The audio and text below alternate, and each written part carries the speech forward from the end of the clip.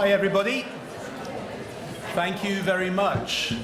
So I'd like to welcome everybody for coming tonight and for being at this wonderful occasion to celebrate 35 years of development studies at the LSE. My name is Tim Forsyth, and I'm currently the head of department. This event is a very special occasion for us. It is also an opportunity for us to connect with the alumni of the department. And I have to say, standing here today, looking around, I have to say what an amazing group of people you all are. You come here to do a degree, and you've then gone on to do all sorts of amazing things afterwards, and we want to hear more about that. That's extremely exciting, and we're delighted to see you again here. I also see a lot of our current students as well, and you're also very welcome. So please remember, there's a drinks reception later on, and we hope to see you all there. I want to do one thing which is very important, which is to acknowledge the help of some people who've made tonight possible. So Anna Kukulis from the LSE Careers section, thank you to you. Ellen Johnson from Page, or the philanthropy and grant giving area of the LSE, as well as, of course, Deepa Patel and Innocent Anguyo, who have organised this event so well tonight. So I'm very excited by tonight, and I'd like to get the ball started by asking James Putzel to take over from now. Thank you very much.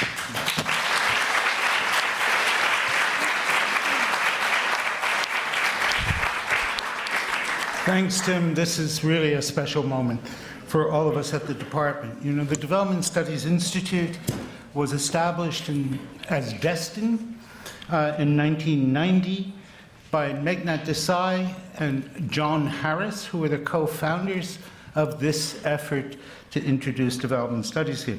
There is one person who supported them. Where is she? Drusilla Daly. There she is.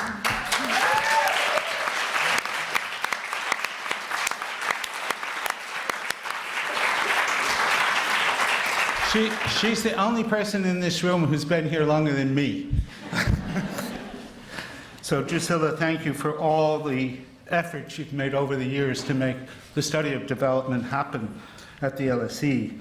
And we were very, I joined in the second year, along with Teddy Brett. Many of you will remember Teddy Brett, who ended up founding the development management program that Jean-Paul Faguet and others went on.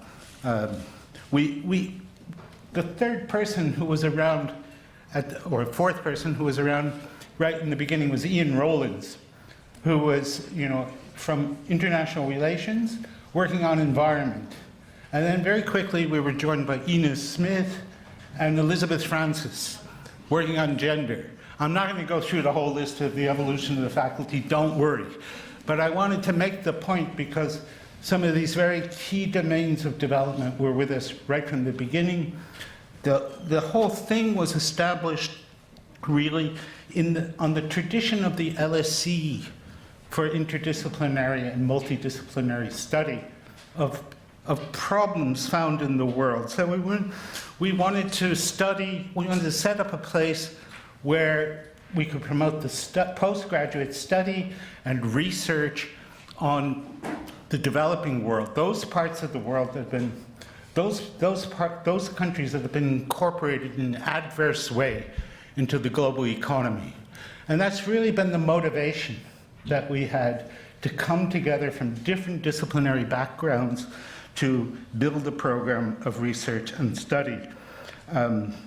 And I suppose the last point I would make, because we don't have a lot of time tonight, so I shouldn't speak for very long, is that while we wanted to study to understand the world, there was always a sense among our successive student bodies and also the faculty who worked here to not only to study the world, but to study it in order to change it, to bring about what we think of as structural transformation in those parts of the world that have been, incorporated in very disadvantaged ways. And I think that remains the core of what we're about.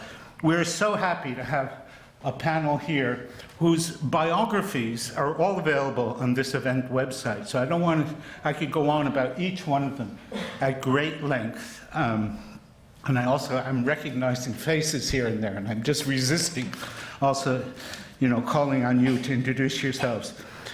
So first is Indranil Chakrabarti, sitting way down there. Indranil studied the MSc Development Studies in 1997. He actually went on to work and then to come back, and he did a PhD in the department and has had a career in the Department for International Development and the FCDO for quite some time, probably the most experienced person we have here, combining the qualities of both scholar and active participant in development. Most recently as an advisor to the Executive Director of the African Development Bank, shaping policy and investment strategies to drive inclusive growth. The second person I'm going to introduce is Mia Fraser from the MSc in Health and International Development. She's working as a philanthropy executive at Amnesty International UK. She ensures me that her education in HID has prepared her well for a range of work that she's encountered over the past 6 years. Her field work across Latin America and the Caribbean has focused on child health and education and development. But now with Amnesty, I think she has a lot of even broader insights to bring to the discussion. Yeah. Then I want to turn to Noble Nazzah. Ghanaian student, did the MSc in African Development in 2019. He's the founding editor of the Gourd magazine, a Ghanaian creative writing and cultural analysis magazine. We don't have too many of those literary achievements here in our department. He's now at the University of Manchester, interestingly pursuing research into the history of the Ghana Academy of Arts and Sciences. And I think he can tell us more about it. I do have to mention, Noble, that you were producer of a film, Talking Back in America, Roots, a documentary which explored the African roots of African American English, and which received the Southeast Emmy nomination in 2023 for the category of Best Historical Documentary. So this guy, he was educated in chemistry when he came to study with us. So welcome back, Noble.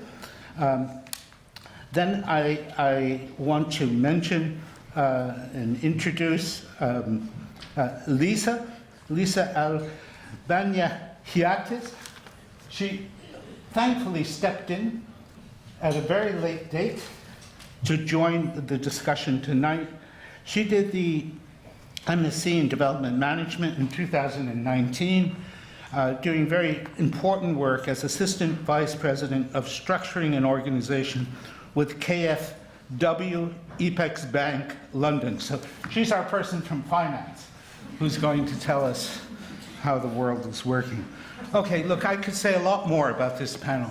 They're a fantastic group, but I think we need to get right on. Did I forget somebody? Arby Bagios! Look at that. I didn't go into order, He's actually my student, secretly. That's why. So, Arby read the MSc in International Development and Humanitarian Emergencies in 2018. He's director, so he's not just a student, and founder of Aid Reimagined, a research and advocacy consultancy focused on aid ethics, effectiveness, and justice, something that's a concern for all our former students and all our sitting students. Arby is now doing doctoral research in the Department of International Development, where he looks at the political economy of refugee economies, market systems in refugee camps, and refugees' everyday resistance. So, It's quite a stellar panel. Sorry, Artie. You're sitting behind. I couldn't see you. Okay, so I think we should get started right away because we only have about an hour and 10 minutes. And what I want to do is get through a certain number of questions. Yeah? And there's no better way to start this, I think, than to ask you, and I'd like to have an answer. You don't always all have to answer every question, but you know, I wanted to ask you, what have you been doing since you graduated? Yeah?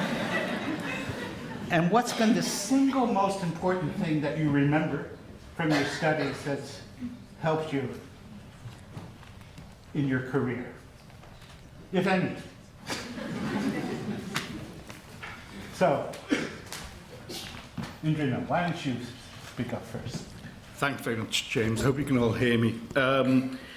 So, yeah, as James said, I finished the MSc in 1997. Since then, I've done a range of things. I've worked for the Financial Services Authority. I've worked with community-based organisations. I was advisor to Satyarthi, the Nobel Prize winner. For the last 20 years or so, I've worked with the UK government on international development. First of all, as an advisor, and also in representational and secondee roles as well, most notably in the African Development Bank. So I've done a range of things. It's absolutely fantastic to be back here tonight. Okay, this works really well. Hi, everyone. For me, I am a health researcher from Latin America and the Caribbean, specifically Jamaica, and that's how I ended up in HID. And after HID, I did something completely different to health and international development. I now work at Amnesty International, focusing on human rights, which seems very different from each other, especially given if you come to study one thing and your career for 6 years has been health research. But it's still very important for me to take what I learned from HID and apply it in Amnesty, because human rights is fundamental and health is a human right for so many people. So it's still very useful for me to use the same skills I got in HID in a different setting, one that I never even imagined I'd be in at this point. But I do enjoy it so much because it's still development. It's developing human capabilities, which I think those of us who studied Amartya Sen will remember. We need to remember human capabilities. Yeah, thank you. Noble. Right. So like James mentioned, I have refused to stay in one discipline. So I started off in the physical sciences, studied chemistry at the University of Ghana before arriving here at the LSE to do African development. And whilst I was here, with James's encouragement, I decided to find a way of bringing my chemistry into what I was studying. So I wrote my dissertation on the pharmaceutical industry in sub-Saharan Africa. So I looked at pharmaceutical manufacturing. And this was interesting because right after when I graduated, COVID hit. And then everyone started talking about manufacturing capabilities in pharmaceuticals in sub-Saharan Africa. So my dissertation became immediately relevant, and I was contributing to policy debate and policy dialogue back home in Ghana on the pharmaceutical manufacturing scene in the country. So, and again, development is always multidisciplinary. So my tendency to invade other people's disciplines, I find it, very interesting in my work that I do in my research, where I look at the Ghana Academy of Arts and Sciences and use that to interrogate questions about modernization and development in post-colonial Ghana. Thank you. So what have I done since graduation? I'm still here, help! No. In all seriousness, since 2018, I've worked with big international humanitarian organizations, and I've been deployed in various crisis contexts across Asia and Africa. And working with these big international NGOs, I've become, somewhat critical, maybe a little bit disillusioned. And I think that disillusionment and that critical eye really came from my learning, was inspired by what I've learned at my time here at LSE. And so I've decided to take a step back on the more operational side and founded my own consultancy called Adrimagine, where I focused on advocacy to change the aid sector. Within this, I've worked to help organizations transform their policies and practices so that they can become more localized, locally led. I've done work around anti-racism in aid and decolonizing aid. And since then, I've also started to do a PhD here at LSE around refugee economies, because I really wanted to look at models and efforts beyond aid, right? Like, what do people in their everyday lives do that can engender, so-called development and transformation? So yeah, that's been my trajectory. Lisa. Yes. Hi, everyone. So since graduating, I mostly stay close to the theme of infrastructure, which I became interested in at LSE, as a catalyst for economic growth. Right after graduating, I did an internship with the European Investment Bank, more on the development finance side, looking at, how these large infrastructure projects are being negotiated, put in place, constructed. I then went on to Granco, looking at more the development impact side of these infrastructure projects, and also how to crowd in private capital, and also understanding, blended finance mechanisms, and realized for myself what I haven't fully understood yet was the private capital side of infrastructure, and that's how I ended up at KfW IPEX Bank, which is a commercial subsidiary of KfW Group, and the KfW Group is the German development bank. And in my current role, I look at commercial lending of infrastructure projects, especially data centers and fiber. So, and maybe to quickly answer the question of what I took away from my studies at LSE, I think was more a sense of purpose. So leaving LSE, I didn't know what I exactly wanted to do, but I knew that there were certain challenges or problems that I would like to understand more and address more, and that has been a bit of a guiding theme for me so far. The star student actually answered exactly the question. Look, the way we want to proceed, I want to ask a few more questions so you get a better idea of what this panel of illustrious alumni have been thinking about and doing. And then I'm definitely going to cut them short at a certain point, because we really want a lot of time for Q&A. Q&A in this room is quite a tradition, and I'm expecting, both, and even maybe some comments, from other alumni who are here as well. Okay, but before we do that, I want to bring up something that's on everybody's mind, and that's been the huge cuts that have happened, to some extent led by the US, but in aid, not just from the United States. And this is having a big impact on the United Nations system, on international NGOs, and students studying development today kind of wonder what should they be thinking about doing when they graduate. Yeah, I think so.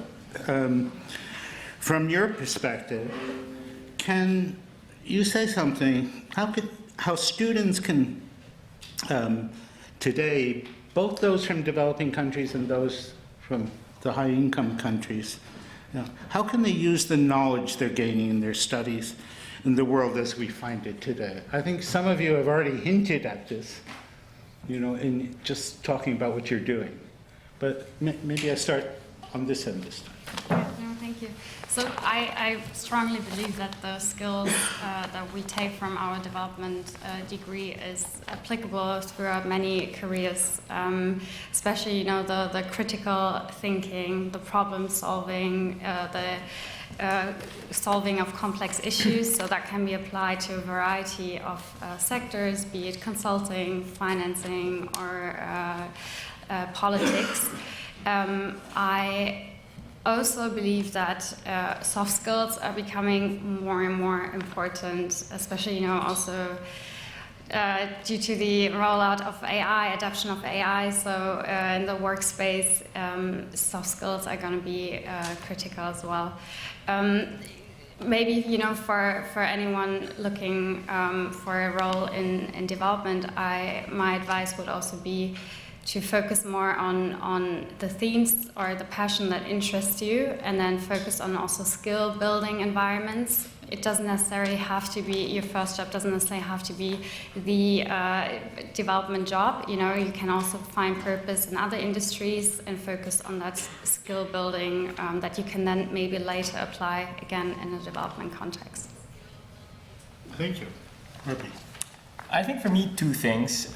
Firstly, it is still important to study development even amidst all these changes. I think it's our very own David Lewis, right, who introduced this idea of big D development and small d development. Big D is about problem solving, how can we achieve income, how can we achieve growth, while small d development is about, you know, looking at the patterns of development, who are the winners and losers of this change. And I see this in my work, where in a lot of humanitarian interventions, there's a lot of unintended consequences that we may not be able to anticipate without critically looking at what we're doing. And so if we're just about problem solving, maybe we should all just study, I don't know, business or operational science. But we need people who can think critically of our impact in the world, and which is why I think development studies is important.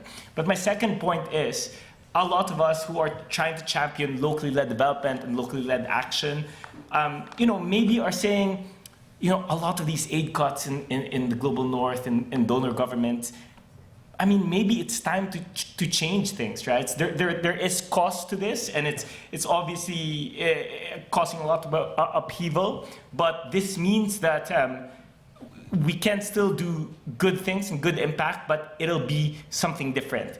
The traditional development career trajectory, I think, is gone. But we can think creatively. And development isn't just something that happens there. It can also happen here. Think about the policies of the governments like the UK and the US. What can we do to change those to have a bigger impact in the world? Thanks. Noble.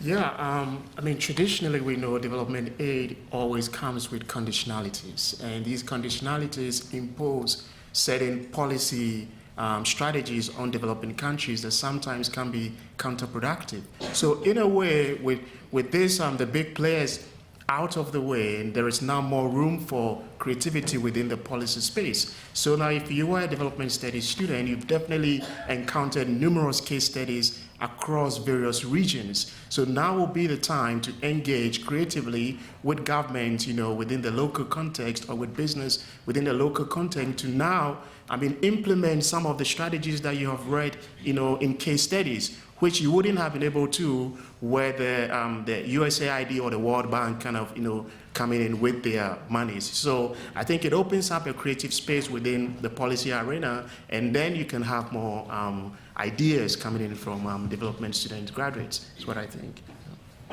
Mia. I think a lot of persons, including persons studying development right now, are worried, especially seeing USAID cuts. I know my friends back home who still work in healthcare services are terrified because in Jamaica, a lot of services are funded by overseas donations. USAID was a very big funder.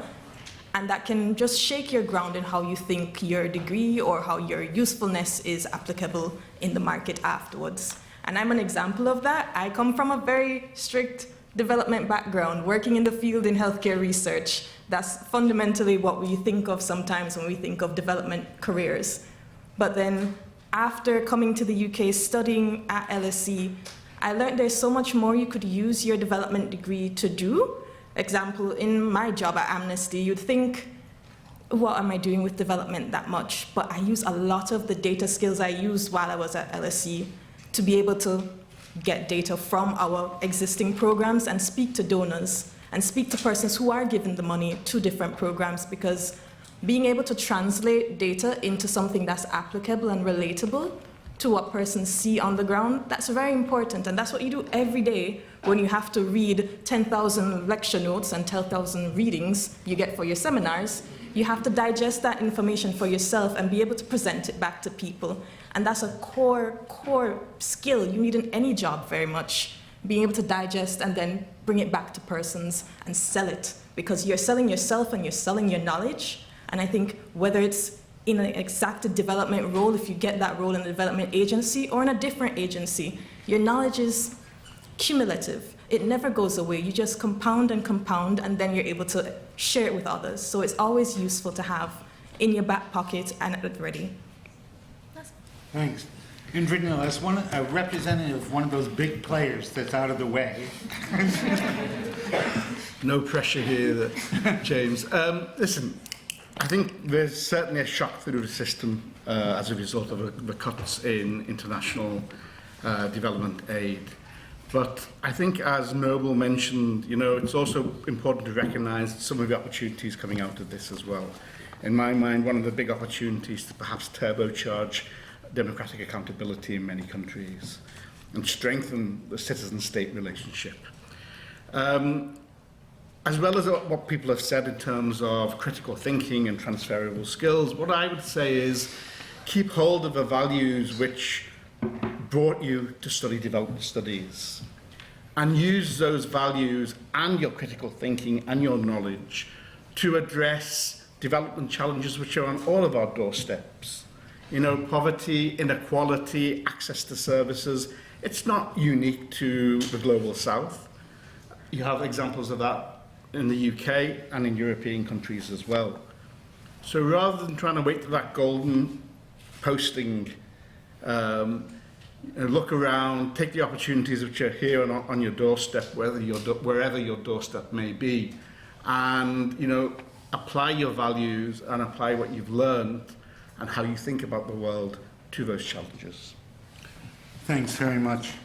The next thing I want to ask you, I promise that Laura Mann did not prompt me, our colleague who works on ICT, but the world is changing very quickly, and there's very fast development of ICT, information technology, and communications technology, the fast deployment of AI, things like ChatGPT and other programs, and the spread of mobile banking, the impact of cryptocurrencies being increasingly important in developing contexts. What are the implications of this for people in developing countries and the paths to structural transformation? Do you have any thoughts about that? Go ahead. So first of all, I think it's really important not to let the technological revolution repeat the development inequalities of the last 50 or 100 years. I think there are opportunities in 3 areas. First of all, in terms of delivery of services. Secondly, in terms of job creation. But I think for all countries to make best use of that, they have to really focus on infrastructure, on skills, on governance and regulatory environment. And I think if we get in there early and we support governments and countries to do that, then maybe we can avoid some of the development dislocations that we've spent our years studying and working to try and readdress. Thanks. Lisa, I'm going to turn to you on this one next. Yeah, just maybe to add, I agree with what you've said, and just one risk or complexity around this, if we think about the access to artificial intelligence.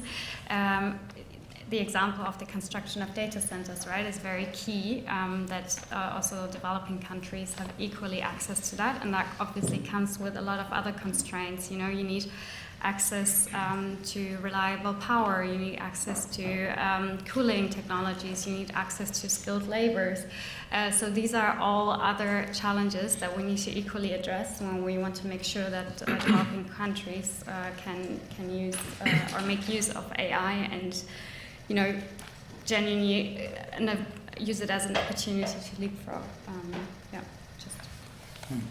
Arby, you had some interesting discoveries that you hadn't quite expected when you went to the field to do research in refugee camps. Yeah, so as I've mentioned, I'm doing my PhD here at the department, and my research is on refugee economies, but one particular group that I'm looking at are refugee digital workers.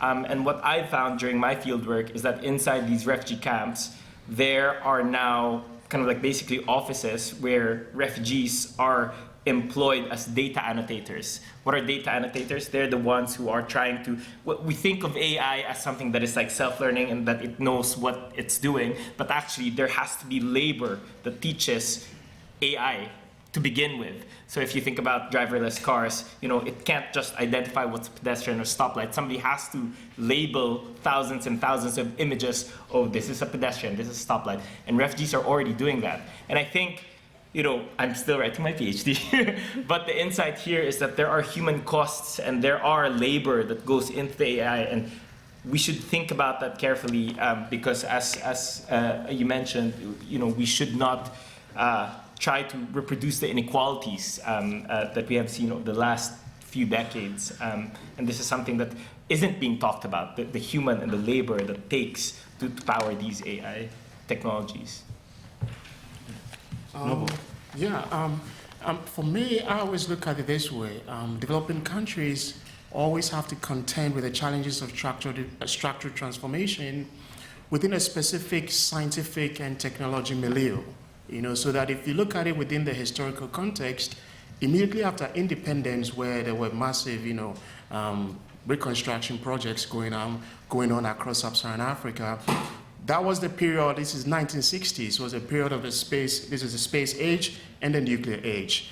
And within the specific context of Ghana, we made a deliberate choice as to which ones we're going to engage with, because you always have to look at your immediate practical needs versus what you're going to get within which in research, scientific research, you're going to be engaged in. So Ghana, for example, strategically decided, well, space age, space research is really not where we should be channeling our resources for now. And then also within the nuclear technology, we were not concerned about building nuclear weapons, but rather how can we use nuclear technology to generate energy.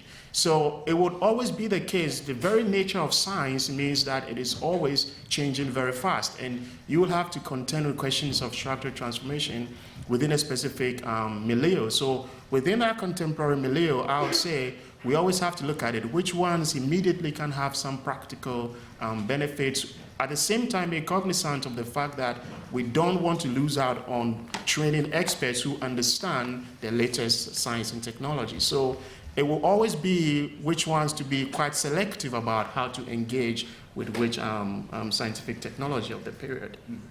Thank you. Mia, yeah. I think I'll speak from my personal experience. Data ownership is something that I think is very paramount with development and negotiating relationships with development partners. Working in research in Latin America and the Caribbean, you're often the subject of study. And as a Jamaican, I am the subject of study to someone else. But making sure that my people have access to the results, that we have access to the raw data, that we can do our own analysis, that's something extremely important when engaging with development partners. Because yes, we want similar outcomes. We want to better ourselves. We want to better the world where we can. But when we don't have access to the same data, that becomes problematic, because then there's uneven knowledge. There's a knowledge gap between two parties. So I think that's where us as students, well, a past student, but current students and those working in different fields should be very aware of when you're negotiating regular contracts, when your own meetings with partners abroad, locally, ensuring there's equitable access to data, because informed decisions make good decisions. And if you're not allowing a party to have informed decisions, you're at hand not helping them to develop themselves. So making sure there's equitable data sharing would be really helpful. This is pretty interesting, isn't it? It wasn't scripted in any way whatsoever. Listen, there is changing the tone a little bit. The incidence of war is increasing now. Again, we see Sudan, horrific, continual conflict. Palestine, Ukraine, the Sahelian region, the countries where formal democracies are being overthrown, replaced again through military coups. So I'm wondering if you can reflect a little bit on how understanding development is relevant in these situations of and settings of war and the efforts to achieve peace and to perhaps confront the sort of growing re-emergence of authoritarian regimes. So I was wondering if you had reflections on this. Should I start with IDHE? Graduate. Sure. Yeah, so I've been working in humanitarian aid for most of my career, and I really see the importance of understanding development because a lot of these crises have a history, right? And it's almost always linked to political and economic issues. So that's really important. But what I also like to bring out is, humanitarian interventions, as I've said earlier, can have long-term consequences and can have unintended consequences, especially if humanitarian interventions, disrupt the local economy or disrupt local systems. But I'd also like to add is that in development, we're often kind of like tempted to resort to the fancy theories and the fancy technical stuff that we learn around politics, around economics. But actually, a lot of the work in humanitarian assistance is about relationships. It's about trust. It's about building deeper connections with the communities. It's about recognizing the local leaders who know best the solutions for their own problems. And we can see these in examples today where there's a lot of, well-meaning, it can be arguable, but there's a lot of humanitarian action that can be weaponized and politicized. We see this, for example, in Gaza with the Gaza Humanitarian Foundation, which is backed by a particular consulting group. And that did not lead to positive outcomes at all.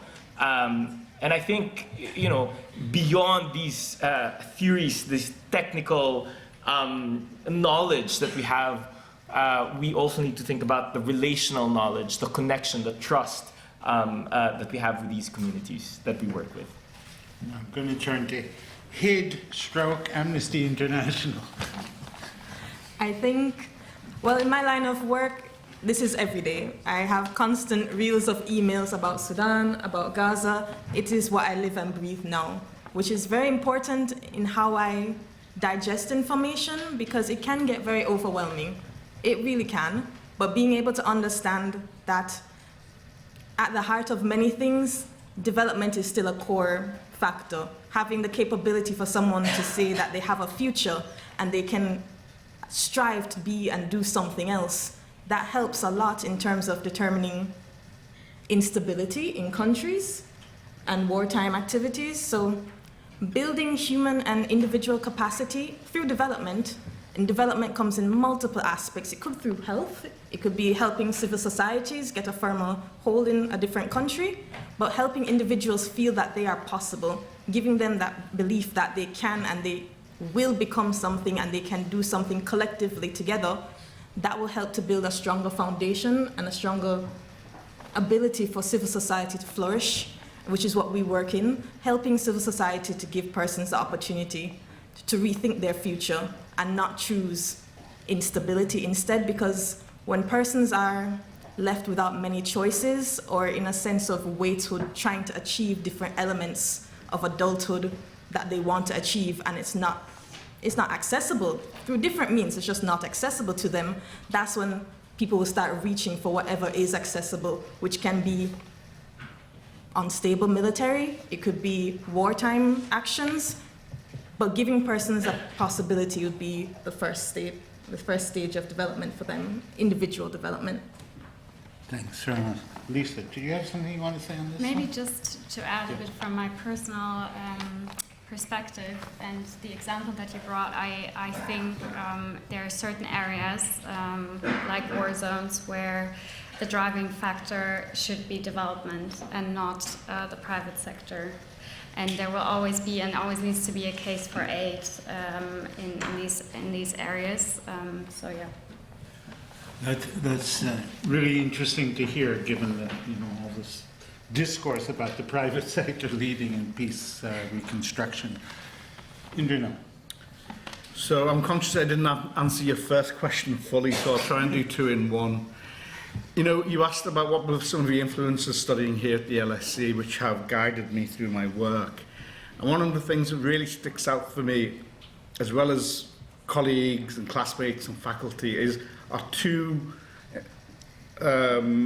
theoretical perspectives that studying here gave me. One was on the importance of a political economy of development, and secondly, the importance of institutions to economic outcomes and the management and distribution of resources.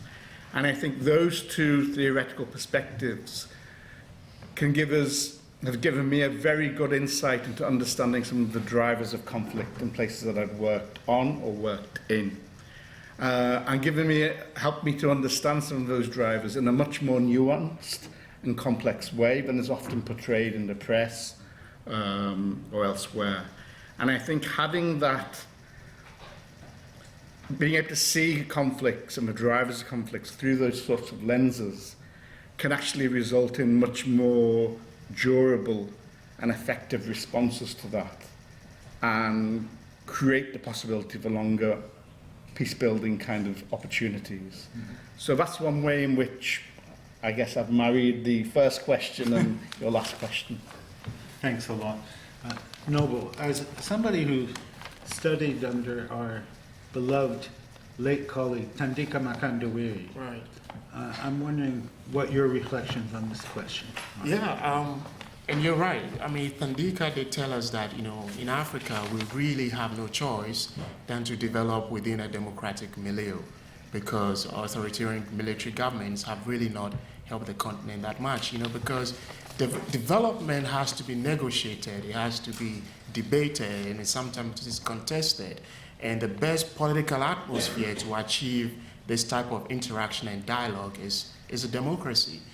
James, you mentioned my magazine, and you know, we have a long list of African writers who have had to flee, you know, the continent because of repressive authoritarian regimes, from Wole Soyinka, Kofi in Ghana, because, you know, writers are troublemakers, you know, because sometimes through their creative angle, they articulate visions that sometimes threaten power, you know, so that what is the best milieu within which they can function is a democracy, you know, so, because we need writers, we need artists to critique society, to give us new visions and new ideas, you know, so within that context as well, I would say that it is really troubling to see the resurfacing of military regimes and coups on the continent, because it can have very dire implications, because military governments have the tendency to become very repressive, you know, and if you're a writer, you begin to fear for your life, you know, within such context, which is not healthy, you know. Thanks very much. You know, I'm very conscious of the time passing, and I want to turn it over to Q&A from this fantastic audience, and I already start to see some hands going up. This year's students who have been very good at asking questions. Yeah, I'm going to stand up over here, but yeah, please. Shall we take 2 or 3 questions? 3 questions at a time, and then you choose. You don't have to answer. Everybody doesn't have to answer everyone. Okay. Yes, please. Hello, my name is. Yeah, that's yes, my name is Anshu, and I am an alumni. I graduated from Department of Social Policy. Not ID, but David Lewis taught me, so that's good. Thank you for the wonderful panel. My question is to all the panelists who would like to answer it. If you look at, in next 5 years, the future of international development, where we can clearly see the signs of it moving from the aid-dependent world to more either private finance or blended finance or different kinds of finance, the opportunity seems quite good, but also it comes with the risk that the reason why it was initially quite aid-focused, but that's not an option going forward. Where do you see that going, and where do you see the opportunities are that students or alumni or people can see themselves, but also in terms of the sector in itself? Thank you. Okay, thank you. Hands, let me see where the hands are. Over there. And over here, do we have hands up? I know the way this works. What's going to happen, we'll start getting closer to the end, and then dozens of hands will go up. Hi, my name is Priyanka. I'm a current MSc Development Studies student. My question's a little bit more general, but were there any courses or projects or activities you did during your time at LSE that you found to be valuable and have stuck with you throughout your career? Good. Interesting.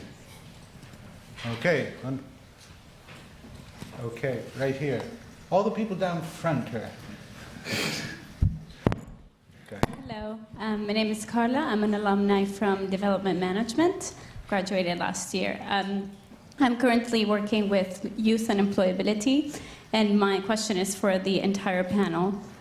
After leaving the studies and everything that you mentioned about the program giving you that criticality, how do you think we can balance that kind of desire to think deeply about development, but also managing the operations and the everyday life, because there's so many structural barriers that cannot be fully addressed by a program. So how do you balance that on an everyday? Thank you. Okay, I'm going to let you take a shot at those questions, if you wish to. Okay, and then we also have people online, don't we, who have joined us. I didn't mention this. Neither did I mention this whole thing is being recorded. It's live streamed, in fact. How many people are online, Deepa?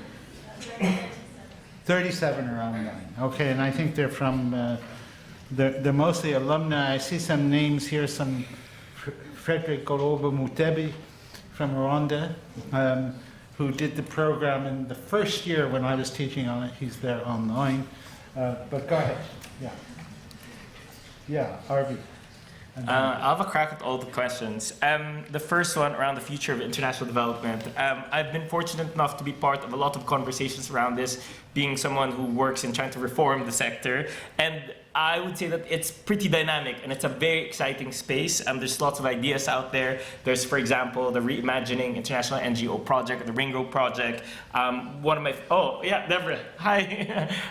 And then there's also the idea that, you know, we should move away from aid and instead towards a global public investment model where everyone chips in and everyone takes out. But, you know, at the end of the day, it has to be rooted in solidarity, right? Solidarity and equality, and I think this is a really exciting space. The second one around courses or what I've done at LSE to make it more productive and useful. So, I mean, if you can't tell already, like, I think politically I'm kind of like more towards the leftist or the radical side or whatever you might label it. A deliberate decision that I did at LSE was to actually take courses that I thought would challenge my perspective. So I thought one that was, I took one that was around bureaucracy. My former professor is here. And I normally wouldn't agree with all the things there, but I found it one of the most valuable courses because it really expanded my own perspectives and it made me understand, you know, the arguments or the ideas from the other side. And then finally, yeah, desire to think deeply. This is particularly a problem in the humanitarian sector where you're forced to action all the time. You know, rapid response. There's a crisis, you have to do something. But I think really making time for critical reflection and embodying that and building that into your day-to-day is really, really valuable.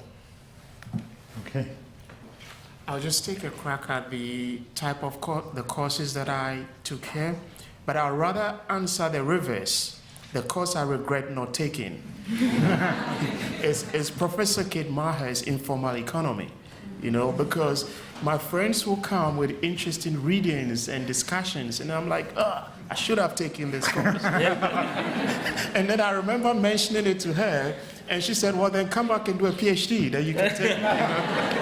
You know, but that for me was, I mean, for the one that I really enjoy, that is very easy. It's DV400, James's course, you know, because that historical perspective. Now I'm doing a PhD in history, so it's really, really relevant to what I'm writing. And James and I, we tend to agree on a lot of ideas. So I felt very much at home, you know, taking his course, DV400.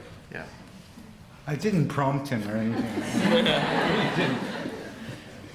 I can go next. Okay. For me, the next 5 years of development is interesting because I work with philanthropists. I work with the donors who are giving towards, and the money is changing. The money is changing drastically.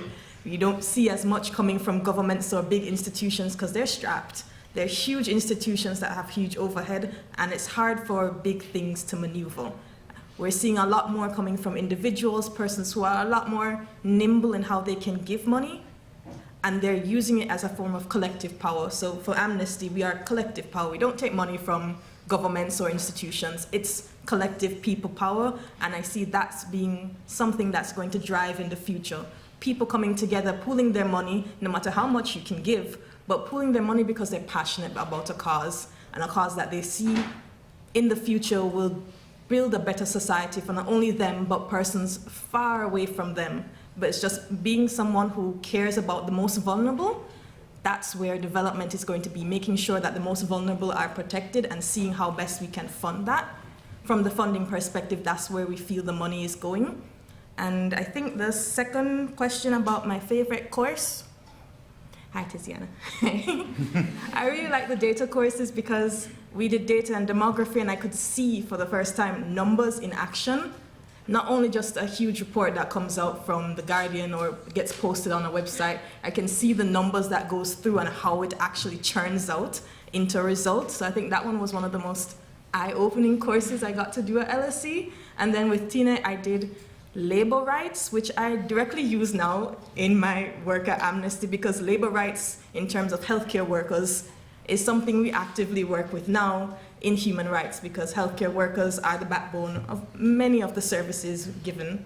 So I feel like those two courses helped me to navigate the working world the most, just taking it day by day, because I use elements from them every day. Every day I sign into work. And I think the last one is structural barriers and like seeing how best to navigate that. There are a lot of structural barriers. I deal with that. Structural barriers preventing you from dispersing this type of money or talking to this partner because we can't be in relations because of that. I think the best part for me to keep grounded is having a good feedback with your partners, your development partners, your partners in the field, having that feedback with them, because you're not the only one who's going to be a bit burnt out or a bit frustrated about work or barriers. The people in the field or people you're helping are also going to be frustrated. So being able to talk to each other and have discussions about your frustrations, it's very cathartic. Gives you a little peace inside. You have a little exhale moment, and then you can regroup and say, well, both of us experienced this problem. What can we do about it? Two heads are always better than one. So I think that's quite helpful for us. Thank you. Duke. Thanks, James. So in terms of the next 5 years, notwithstanding what we said about the impact of the aid cuts, I'd like to be, and I remain very positive about a couple of things. I think, first of all, we are yet to unleash or recognise the full potential of innovative finance and how that can be used to best effect to address development challenges. And secondly, I think we are still to explore more what we can do around partnerships, and particularly South-South partnerships. In terms of courses, I agree with what everyone said. There are so many fantastic courses. We've only got 24 hours in a day during our master's degrees, so there's a limit to how many courses we could follow and how many we'd like to follow. I did the development theory course, but I also combined it with some social policy and planning courses, something which I thought at the time, I still think was a bit more about practical application. But I also took the opportunity to sit in and audit courses as well, including Tim Forsyth's course on environment and development. And in terms of deep thinking and putting it to practice, so what I'd say is never stop thinking deeply about development and its challenges. You can't distance yourself from the cognitive frames in which you've grown up in, but don't let that be a barrier to also just getting things done and addressing urgent issues. So I think you can do both, but I think you can improve your sort of responses by drawing on some of that deeper thinking. Thank you. Maybe just quickly to add to the first question on the future of development. So next to the push towards more private sector, private capital mobilization, something I also observe is the pressure to align development work more and more with domestic economic priorities of donor countries. So I think there needs to be more and more communication around why donor countries are spending money on development, which on the other hand can also be a chance or an opportunity to increase transparency around development. So yeah, I think that will be definitely a theme in the next years. Okay, thanks very much. I just want to relate a couple of the questions from people online, since they're listening in, watching in from afar. So the first is really a hello. This is John Harris, who was there at the start in 1990 with Meghna Desai, just to say how great it is to sense all the passion, the commitment and energy in the department 35 years on. And hello to Duke. Then we have a question, as I would expect, a challenging one, from Frederick Goloba Mutebi, who did the course in the second year that we were teaching here, the master's, and went on later to do a PhD with us. So what during your working life have you found to contradict what you learned in your development course in terms of what works when it comes to societal transformation in poor developing countries? Okay, so that's the first question. Yeah. And then I'm going to, before I turn back to the audience, we have from Remli Lindog, who's comes from Norway, who's all over the world all the time. The last time I saw him, the students had organized a couple of years ago a ball, and it's one of the only pictures of myself in a tuxedo standing next to him in his tuxedo, but he looked much more like James Bond than I did. He's got a better figure. So anyway, Bremley is asking, what does the panel think about the flow in climate refugees to developed countries, and how the ecosystems can be restored to reduce the impact of climate change in their communities and countries like in sub-Saharan Africa, for example? So that's the second question. Third question. I'm turning to the audience. Okay. The woman here in the middle. Thank you very much. Very interesting panel. Charlotte, I'm an MSc student formerly at the LSE for International and Social Policy. I wanted to ask a question that, Lisa, you touched on briefly. Perhaps one of the biggest challenges in international development has been the failure to communicate its benefits to the public. I wanted to ask the panel if they have any reflections on how we do this in a cost of living crisis, what's worked well and what you'd like to see. Thank you. Okay, shall we take those three questions, see what you may have to say? Who's passionate to answer? Noble. I'll take a crack on the first one. And my answer would be, it's not a contradiction per se, but what I have realized is what is actually missing in a lot of development studies programs is, in the context of Africa, is engaging with Africa's own epistemic traditions. Because there is a lot of ideas and concepts that is embedded in African African cultures that has to be creatively engaged with to be able to build what the style of development that Pauline Houtonji, who was a philosopher from Benin, called endogenous knowledge systems, that you have to engage with to be able to make development fit within the African conditions. And so there is really not a lot of conversation around Africa's own epistemic traditions and how that can be dealt with creatively within the development discourse is what I realized is a kind of a big missing piece. Yeah. Okay. Thanks very much. Who else? Yeah, Mia. I'll just build on that by saying I think for me in my experience not seeing much of an emphasis on robust feedback loops with development partners. From my own experience, I knew I needed it, so I came with the mindset I need to see as much as I can so I can build a good feedback loop. But there wasn't much external influence on that. That was my own internal thought process before coming to LSE. And I think it's quite important because as you build out your research design, you're impacting people.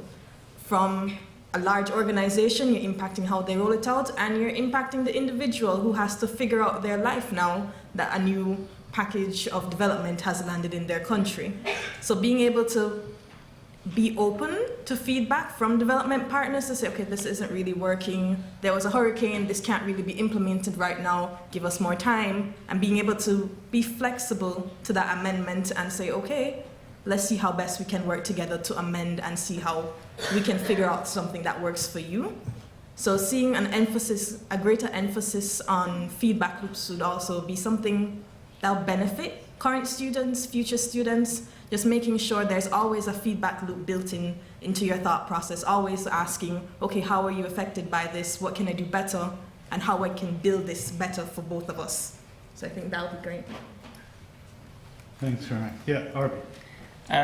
On the question around what's something that's contradictory in my working life, well, in the humanitarian aid sector, a lot of humanitarians have said to themselves since the 70s and then until today, they say, oh, we have to work ourselves out of a job. And yet, there's more development studies programs and more development studies graduates, and I think this is a paradox, right? But I don't necessarily see this as unresolvable. I think it speaks to the debate around what is the purpose of development studies. Are we kind of like thinking, oh, development happens to these other set of countries and not to these other countries? As I've said earlier, development can happen here as well. This speaks to the other question of like, how can we communicate development, right? Especially with the cost of living crisis, etc. And I think what we need to communicate and what we fail to realize sometimes is that our struggles are interconnected. The struggle of a working class person here in the UK is the same struggle as someone who is affected by disaster in the Philippines, where I'm from. There is a quote, sorry, if you permit me, by one of my favorite scholars, Yuan Ang. She wrote the book, she wrote many books, and her book was the basis of my dissertation.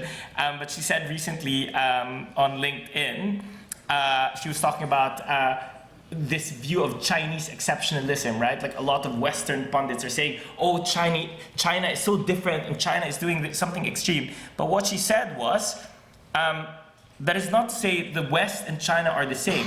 It is to say that both are variants of universal human themes shaped by different contexts. A genuine reckoning would move us beyond binaries, beyond anxiety or awe, towards psychological equality, where China is treated as either a monster or a miraculous spectacle. And I love what she said, the variants of universal human themes. And I think ultimately that is what development is about. And it can speak to all of us, regardless where we're from. Okay, thanks very much. Mia, did you want to? Oh yeah, Climate refugees. I wanted to talk about climate refugees. I'm from a small island. If you haven't picked it up from my accent, I am from a small island, and I used to live near the coast, and I saw beaches erode over my lifetime. I can't go back to the beach. The beach does not exist anymore. But climate refugees, the climate change doesn't only affect us in small islands. It's very visible, it's very visceral. We feel it every day when you lose something.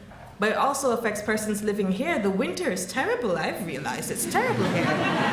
And I talked to my aunts and my uncles who's lived here for a while, and they realized, yeah, it's getting worse. The summers are getting worse. All of us are very susceptible and very vulnerable to climate change. And being able to have a communication between all parties, not just, oh, you over there, you look like you're suffering, you should get some help. No, both people are suffering. Both sides on the same coin. We're both suffering. We need to have communication between each other to see what can we do about it, because the same adaptation method in the Caribbean that we've been using for one issue could be slightly modified and used for a heat wave issue here in Europe.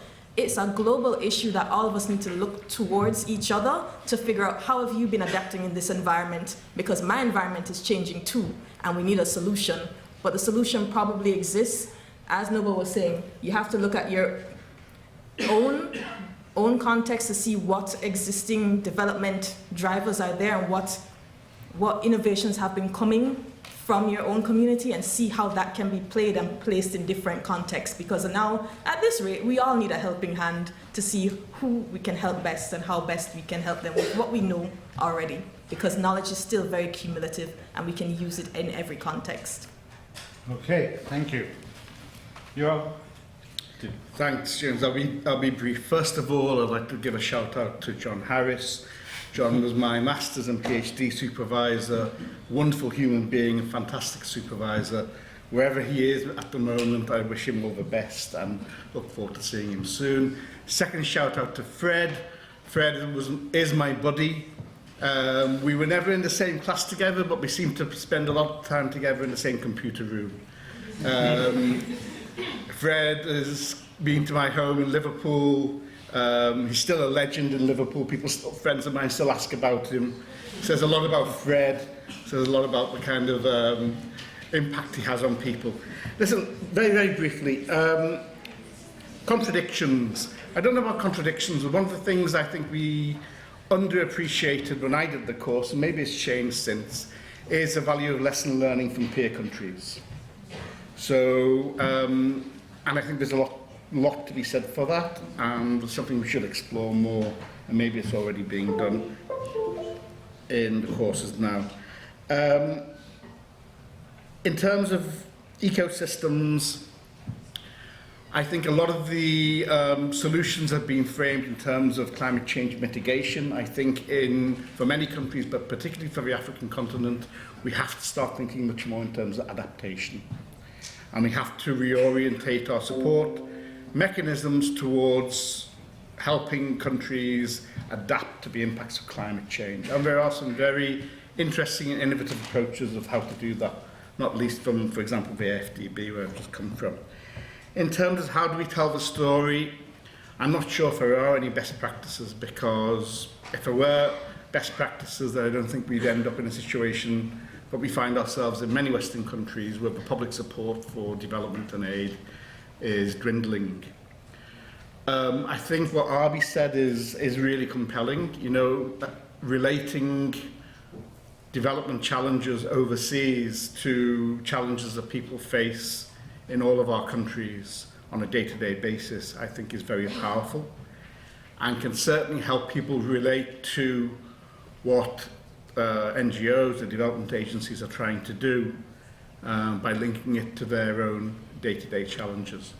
But no, I think I'd love to have the magic bullet in terms of how to convince people that development matters, and it matters in terms of investing hard-earned taxpayers' money to that. But I think we have to make the case much more strongly, and we have to apply all of our creative minds to ways how we can do that better.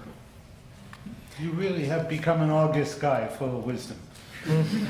I just want to say I agree on that point. We need to make these issues more relatable, because I feel people are overwhelmed by all the complex challenges that we have ongoing in developing countries, but also in developed countries. So there needs to be a bit more of a holistic connection between the two. And I unfortunately also haven't seen any good communication around it yet, but it really needs to be coming.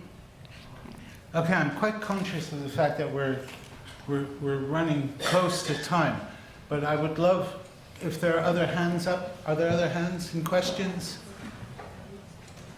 Okay, do we have a microphone way up and back there? We should get a few of those.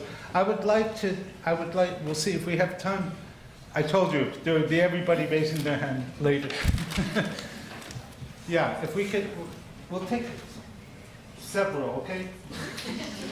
And then you can just pick out. I'd rather have people have a chance to speak. So go ahead. Gino.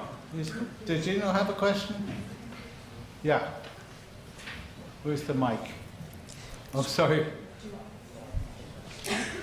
We'll come back to you. Sorry. Hello. I am Gino de Bo, and I studied development studies in 2021. As you know, in many countries in the global north, they are scaling back their budget for aid. Of course, this creates many problems, but does the panel also see opportunities because of this evolution? And if so, which opportunities? Thank you. Thanks, Gino, very much, and thanks for coming all this way to join us in person. Gino studied with us during the pandemic in a kind of heroic way. So can we pass the mic back to the person I took it away from so coercively? Sorry. No, that's okay. Thank you. My name is Zoe. I'm an alumni, actually, so I studied law and anthropology in undergrad, but then I subsequently did a master's in international development, but not here. But I love this place. Anyway, the question I had was around the point made about data ownership and data asymmetry, particularly in the global south, particularly and often data that comes out of sort of AI and big data and all of those transitions that we're seeing. I want to question to Mia, but actually the whole panel, on what your thoughts are on sort of the challenges with those contractual, often in commercial negotiations with often private sector organisations that provide, the technology and often own the data, because it's something that I see actually also in the UK and public sector and government in my work, that it's also a challenge. But yeah, I'd welcome your thoughts on what can we do to get around those issues, but also what are some of the challenges, etc. Thanks very much. Other hands up there and back? Am I missing somebody? No? Okay, down here. Sorry to make you run. There's two hands at the back. Yeah. Okay. Go ahead. Okay, thank you guys. So fortunate for me. Okay, my name's Chao, and I'm asking a question about the third world, about southern countries, maybe about China. I come from third world country, and nowadays I find we graduates from these, we postgraduates from these development departments facing a kind of dilemma. It is about a choice whether to step into these kind of international organizations, which you find it's a highly bureaucratic world with a hierarchy and really limited access, serving the needs of donors rather than the needs of the southern countries. And there is another choice. You go back to your own country. You find the authority there who want you to be in the kind of just be a puzzle in their game of all this power. And they kind of ignoring your knowledge, and they would rather hire like 100 people graduated from economics department, right? Rather than 1 people from Department of Development. And eventually, maybe you go to these private sectors where you find your knowledge is kind of wasted, if not betrayed. And what would be your advice for these people like us from the third world facing this kind of dilemma? Thank you. Thank you for that question. Now, are there others that I'm maybe just missing seeing your hand? I do see down here. Okay, up there. I don't want to be discriminatory towards people sitting in the back. Hi everyone, my name is Helen. I'm an MSc student on the Development Studies program. And I want to ask a question about a point made on the panel about the values that brought you here. And I almost want to reverse that and ask, how do you hold on to your values when navigating people and organizations that don't necessarily share those same values? Or if they do share them, they have a very superficial commitment to them. And what type of skill set do you need to develop to still be effective while being true to yourself and the values that inform your work? Helen, thank you. Can you pass the mic to this gentleman who's been waiting patiently? exercising his arm.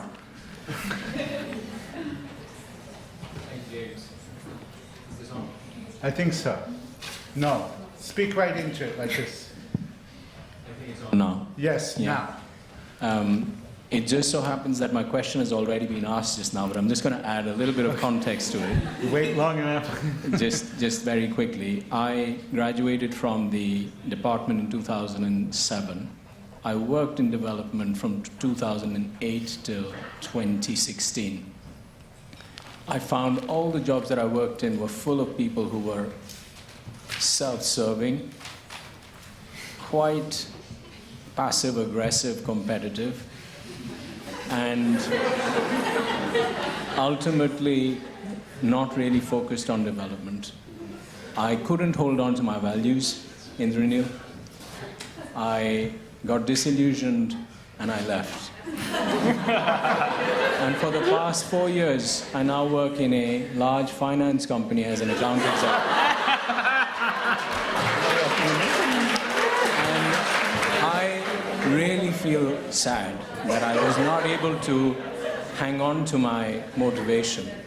And my question is, how do you hang on to your values and your motivation to work with areas of the world that are connected with the global economy in an adverse way when the sector doesn't seem to be working with people motivated in that way?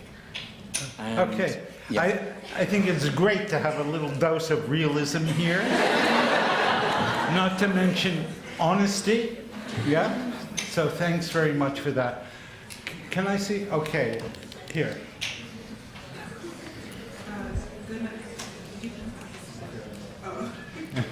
Yes. Yeah, good. So my name is Christina. I'm doing a PhD in Media and Communications here at LSE, and my background is in media communication and development.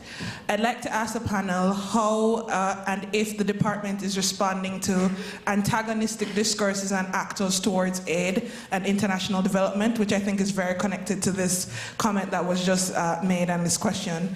I think sometimes we think about this in kind of neutral ways, where we just need to convince people, but without directly reckoning with far-right sentiments and actors that are working to dismantle the sector and the beneficiaries and the field and the very ideas that we hold on to.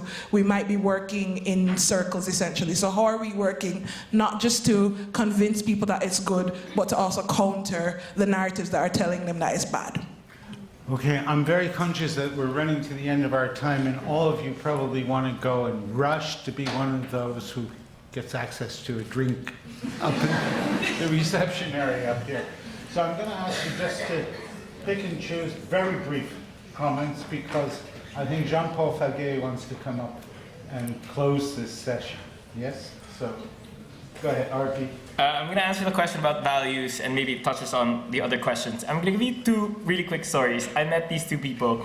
One of them is a researcher on labor migration, looking at the migration of women in rural communities to cities to work in manufacturing. And so if you're from development studies, you think, oh, yeah, I'm going to work for an NGO to better the lives of these women, better their working conditions. No, this person ended up becoming a broker, a middleman between the fashion companies and the manufacturing companies that he was researching. The other person that I know is someone from my program who recently said something very racist on TV, and now that even GB News is distancing themselves from this person. That's really That is to say that even if we see ourselves as well-meaning people doing development, studying development, we have choices to make, right? For me, it's easy to hold on to my values because I work in development. I'm from a developing country. It is close to home, literally. It's about the future of my own communities and my own people. But I'm reminded by a quote of a Palestinian student in the UK who did a speech, and he said something along the lines of, we can make a difference whether we want to or not. And it's not just about our actions, but also inactions and the choices we make. And so hopefully we can make the right choices, and that's one way to hold on to our values. Remember that it affects people's lives, because we're in development. our decisions here in Whitehall or in London affects a person in another community. And so I think that's one way to hold on our values. Thank you very much. And others, what comment on or response to one question? Yeah. One question. Yes. For the data question, I can talk to you after because I have thoughts. I'll respond broadly to the one of holding on to my values. I'm a product of development. Development policies shaped my schooling. It shaped how I got my degree. It shaped everything about my life. So that's how I hold on to my values because I can't get away from it. It's how I talk to my family. It's how I ask them about their day. It's development. They tell me what's going on in inflation and what happened. So holding on to my values isn't too hard, but then existing in a place where persons who haven't had that same experience is difficult sometimes because they don't understand where you're coming from and the importance of why development matters. They never had to experience it. So for me, I'd say challenge people. When you feel safe, you can challenge them in the most polite way possible. Why do you think this place is unsafe? Why do you think this isn't a great country to be? Tell me why, explore your thoughts, and then they show themselves why. And then you can gently say, well, do you want to think about that a little more deeply? But feel safe when you can, challenge people, because often they just haven't thought in a different perspective before because they've never experienced development personally before. So that's some advice I could give for that situation. Thank you very much. Lisa. Well, I maybe just to add here, I appreciate, when it comes to these values and the motivation, obviously life always gets in the way, you end up in a job and you get absorbed by, your daily challenges. For me, what has always helped me was to prioritize, one theme and my passion that brought me into studying development, and that is very different for each of us, right? And then I could just advise, to keep that in the back of your mind and try to bring it in from time to time, but obviously being realistic about it, you get carried away. Thank you. Indranil. So, self-serving, self-interested, passive-aggressive. I hadn't realised we'd worked together.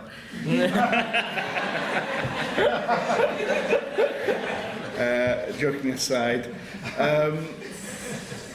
Listen, I think, a bit like what Maya said, values is what brought me into having an interest in development and spending my career working in development.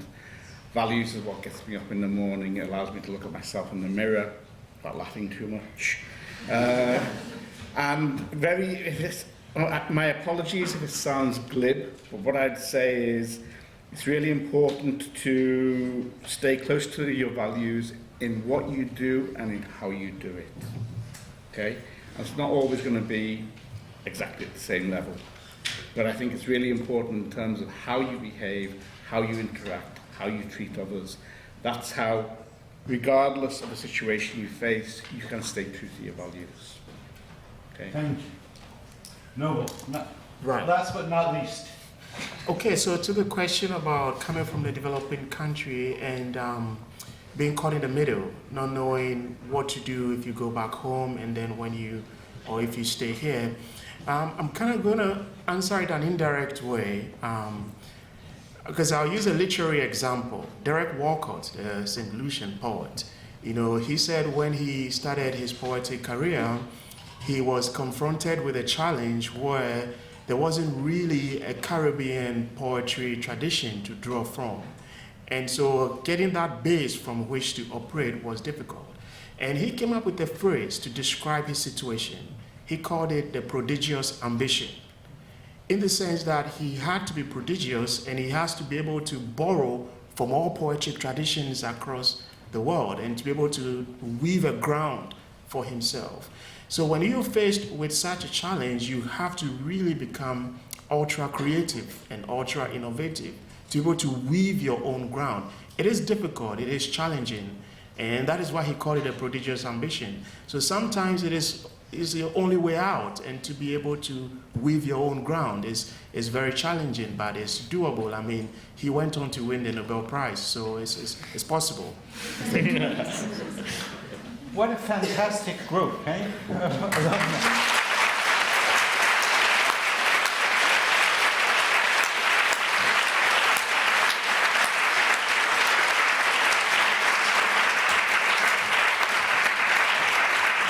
And I do apologize. I saw there's a late question came in here, but it will have to wait. Excellent. Thank you.